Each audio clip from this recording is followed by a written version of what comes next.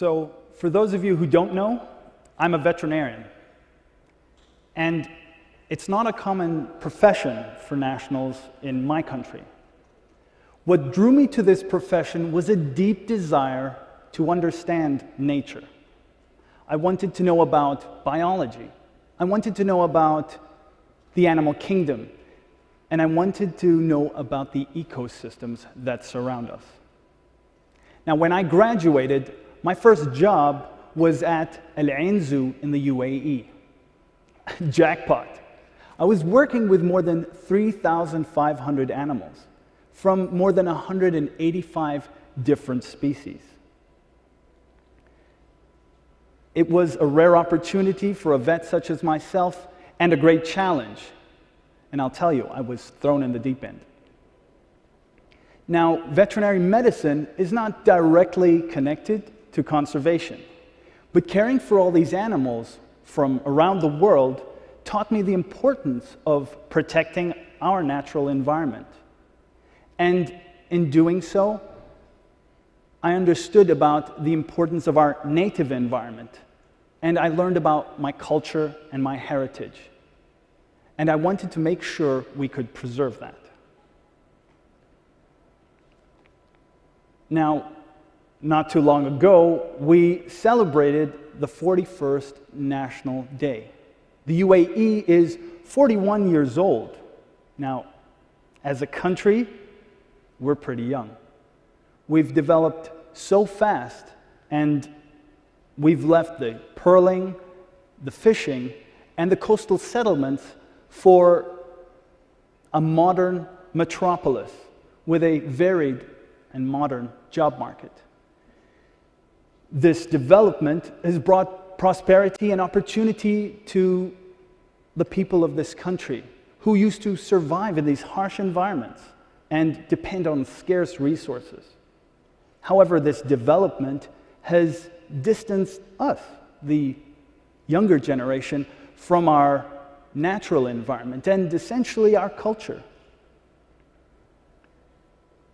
We have to ensure that we preserve the wisdom of our forefathers. And I believe it is our responsibility to preserve that which made us who we are. Now, every Friday, my family gets together for lunch at my grandmother's house. And she will put out a really good spread. And I'll end up eating way too fast and end up with a stomachache. And my grandmother, being the caring and resourceful woman that she is, will offer me some traditional medicine. It might be hulul, which is a combination of herbs that acts as a purgative, or perhaps khil, which will help settle my stomach. Now, they taste unpleasant, but they get the job done. My grandmother prefers medicine from her natural environment, but she's no stranger to modern medicine. And speaking to her, I've come to understand the difference between the way she sees the world and the way my generation sees it. She is not afraid of the new things in our modern times. She'll watch TV and she'll even use a mobile phone. But she can do that because she knows her roots and her origins, and she's keen on preserving what's important. Now, I've understood the the connection between the old and the new, and I understand how an iconic animal can symbolize this for us. On our 5 fils coin, we have the shi'ri, or better known as the spangled emperor fish. And here it symbolizes a long tradition of fishing that fed our people and deepened the connection to nature. On our paper money, we have the Arabian oryx. This majestic animal was teetering on the verge of extinction, and in the 1970s was brought back to the wild through a focused conservation effort.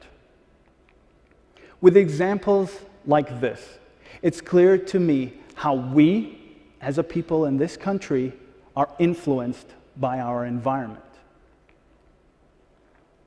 I'm not saying that we go back to pearl diving, but we have to look at the choices we make to ensure that we stay connected to our culture and preserve our natural environment. And more so, we have to ensure that we preserve the wisdoms that our forefathers passed on to us. And that is that we stay connected to the natural world that essentially shaped who we are.